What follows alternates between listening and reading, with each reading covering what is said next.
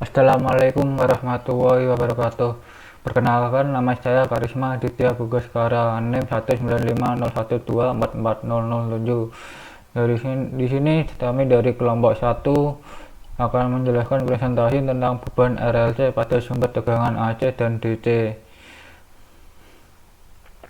Selanjutnya yang pertama yaitu latar belakang.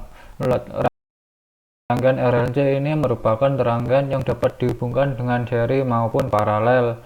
Rangkaian ini terdiri dari resistor, induktor, dan kapasitor.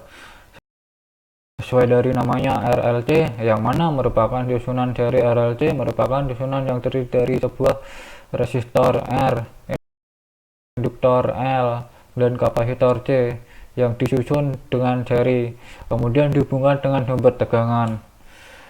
Kemudian beban yang dihasilkan oleh resistor bisa disebut sebagai resistansi. Lalu untuk beban yang dihasilkan oleh induktor disebut sebagai induktif yang dapat disimbolkan dengan XL. Sedangkan beban yang dihasilkan kapasitor disebut sebagai reaktansi kapasitif yang dapat disimbolkan dengan XC. Lalu untuk besar beban atau hambatan gabungan yang dihasilkan dalam rangkaian seri RLC disebut hambatan total atau impedansi yang dihubungkan dengan sumber tegangan AC dan tegangan DC.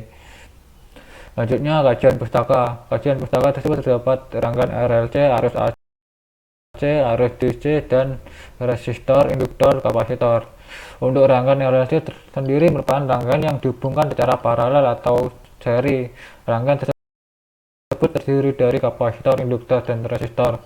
Kemudian arus AC yaitu arus yang sifatnya mempunyai dua arah atau lebih dikenal sebagai sebutan arus bolak-balik yang tidak memiliki sisi negatif. Lalu arus DC merupakan arus searah di mana arus ini harus benar-benar searah dan memiliki kutub positif dan negatif. Untuk resistor yaitu merupakan komponen elektronika pasif yang memiliki nilai resistensi tertentu yang berfungsi untuk membatasi dan mengatur arus listrik dalam suatu rangkaian. Kemudian induktor adalah komponen elektronika pasif yang terdiri dari susunan lilitan kawat yang membentuk sebuah kumparan. Lalu yang terakhir kapasitor yaitu sebuah komponen elektronika yang kegunaannya untuk menyimpan muatan atau arus listrik di dalam sebuah medan listrik. Kemudian masuk ke pembahasan. Yang pertama pembahasan resistansi. Resistansi ini merupakan elemen rangkaian listrik yang berupa resistor, disebut juga resistansi atau hambatan yang mempunyai sifat menghambat arus listrik yang lewat pada resistor. Lalu tegangan yang melalui elemen adalah berbanding langsung dengan arus yang mengalir melalui elemen tersebut dan dapat dituliskan sebagai rumus U sama dengan E kali R. Besarnya daya disisipkan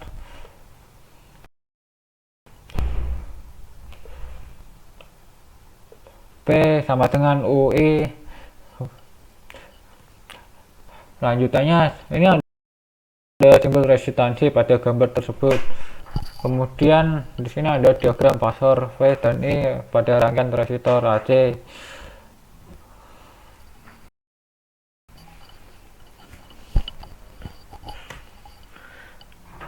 Lalu selanjutnya induktansi. Elemen rangkaian listrik yang berupa induktor disebut juga induktansi mempunyai sifat menghambat arus listrik yang melalui pada bahan tersebut serta menunda timbulnya arus terhadap tegangan yang terpasang. U sama dengan L per DI per DT volt. Kemudian besarnya daya serap yang oleh diketahui adalah perkalian tegangan dan arus, yaitu P sama dengan U kali E. Kemudian di sini ada gambar simbol induktansi ini berupa lilitan kumparan tersebut. Lalu ada diagram fasor ini untuk tegangan naik ke atas, kemudian tegangan arus turun ke bawah yang artinya berbalik untuk tegangan dan arus. Lalu selanjutnya kapasitansi. Untuk kapasitansi ini merupakan elemen rangkaian listrik yang berupa kapasitor, juga disebut kapasitansi, mempunyai sifat mempercepat arus listrik yang lewat padanya serta menggeser tegangan tersebut terhadap arus yang melewatinya. Pada listrik DC ini hanya berfungsi saat dihubungkan ke sumber, kemudian tidak berfungsi lagi. Tetapi dalam listrik AC akan berfungsi terus-menerus selama terhubung dengan sumber. Besarnya daya yang disipkan oleh resistansi adalah C kali U DU per dt per watt. Dan kemudian untuk arusnya sama dengan C DU per dt ampere. Selanjutnya ada gambar simbol kapasitansi tersebut. Lalu diagram pasar V dan I rangkaian kapasitor AC ini untuk arus CM ini berbanding balik dengan tegangan. Selanjutnya untuk tabel 1 percobaan beban RLC DC. Di sini kita menggunakan resistor 100 ohm. Misal tegangan nomor 1 yaitu 10 volt, perhitungan pada arus 0,1 dayanya 1 watt, dan pada praktek 100 mA dayanya 1 watt dan selisihnya 0. Begitupun pula pada tegangan yang lainnya terdapat tabel tersebut. Lalu cara menghitung arusnya yaitu dengan cara mencari diketahui R100 tegangannya 10 sampai 60 volt. Untuk mencari arus pada baris 1 ini yaitu I sama dengan V1 per R ditambah sama dengan 10 per 100 sama dengan 0,1 ampere. Lalu untuk mencari daya pada baris 1 yaitu V tegangan dikali arus yaitu 10 kali 0,1 pada ini hasilnya 1 watt. Kemudian pada tabel 2 yaitu percobaan beban RLC DC yang menggunakan induktor. Nah, di sini misal pada nomor 1 tegangan 10, perhitungannya untuk arus 0,14 dan dayanya 1,4, lalu prakteknya 145 mA, dayanya 1,2 sehingga memiliki selisih arus 5 mA dan daya 0,2. Lalu untuk perhitungannya sendiri ini untuk mencari arus ini sama dengan yang tadi, untuk tegangan 1 dibagi R yaitu 10 per 70 sama dengan 0,14. Lalu pada dayanya juga sama, tegangan dikali arus 10 kali 0,14 sama dengan 1,4 watt. Karena sumber tegangan dari arus ini arus DC, maka untuk mencari arus pada DC tetap sama seperti yang tadi. Lanjutnya pada tabel 3 yaitu percobaan beban RLC DC menggunakan kapasitor ini. Karena kalau kapasitor itu pada tegangan arus DC sesuai dengan hasil teori, arus yang terbaca pada ampere meter hampir mendekati 0. Dalam teori, sebuah kapasitor tidak akan melewatkan arus yang berasal dari tegangan DC, jadi arus yang lewat adalah 0, sedangkan arus yang dapat terbaca oleh ampere meter merupakan arus yang bocor. Jadi untuk perhitungannya, karena R sama dengan 0, maka perhitungan arus dan daya adalah 0. Jadi untuk tegangan kapasitor pada beban RLC di kapasitor ini tidak terbaca untuk arus dan dayanya untuk aliran DC. Kemudian yang tabel 4 ini untuk resistor pada tegangan AC juga sama, seperti tidak beda jauh dengan DC. Untuk perhitungannya juga sama seperti arus DC, yaitu I nya V1 per R sama dengan 10 per 100 sama dengan 0,1 A. Kemudian selanjutnya pada tabel 5 ini kita menggunakan induktor pada tegangan AC. Nah, di sini terdapat besaran dari tabel perhitungan dan praktek tersebut. Kemudian untuk perhitungannya yaitu kita mencari arus, kemudian untuk rumusnya itu V per Z. Jadi Y sama dengan R kuadrat tambah XL kuadrat, kemudian XL nya sama dengan 2πfL. Untuk mencari arus kita mencari XL terlebih dahulu, yaitu 2π per FL sama dengan 78,6. Lalu untuk Z nya yaitu 70 kuadrat ditambah 78,6 kuadrat sama dengan 105,25. Lalu untuk arus hanya yaitu V1 per XL sama dengan 10 bagi 105,25 sama dengan 0,095 ampere.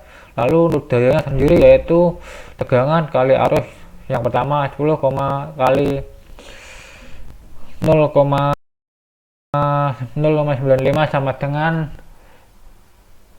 995. Sini ada typo, jadi ada kesalahan. Kemudian yang terakhir itu tegangan AC menggunakan kapasitor. Sini ada terdapat arus atau daya terbaca, yaitu karena untuk kapasitor ketika dialiri AC secara terus menerus akan terbaca meskipun tidak terlalu banyak. Nah, untuk perhitungan sendiri itu IV per XC. Untuk mencari XC tersebut setengah kali Pi FC, kemudian XC 1 per 2 kali 3,14 kali 50 kali 3,2 kali 10 pangkat min 6 sampai dengan 995 ohm. Lalu untuk menghitung arus pada baris 1 adalah V1 per sama dengan V1 per XC, yaitu 10 per 995 sama dengan 0,01 ampere. Dari kesimpulan tersebut dapat ditarik kesimpulan bahwa pada rangkaian RLC terdiri dari kapasitor, induktor, dan resistor. Pada resistansi mempunyai sifat menghambat arus listrik yang lewat padanya. Kemudian pada induktor memiliki sifat menghambat arus listrik yang melalui pada bahan tersebut serta menunda timbulnya arus tegangan yang terpasang. Pada kapasitansi mempunyai sifat mempercepat arus listrik yang melewatinya serta menggeser tegangan tersebut terhadap arus yang melewatinya. Jadi selanjutnya kita akan mendemokan untuk simulasi tersebut. Nah, di sini kita menggunakan aplikasi Proteus. Untuk gambar atas ini merupakan tegangan DC. Yang di sini kita menggunakan resistor. Untuk tegangan 10 terbaca 10 volt dan ini terbaca 1 ampere. Kemudian untuk mencari dayanya yaitu tegangan ini 10 volt kali 1 0,1 ampere sama dengan 0,1 watt. Lalu di sini kita menggunakan induktor. Ini terbaca arus 10 dan arusnya 0,14 kemudian tegangannya 10 volt. Untuk dayanya sendiri kita cari 10 kali 0,14 yaitu terbaca 1,4 volt. Dan untuk kapasitor ini terbaca tegangan 10 volt karena merupakan arus yang bocor, tegangan bocor, dan arus dan wattnya tidak terbaca sesuai dengan tabel tadi.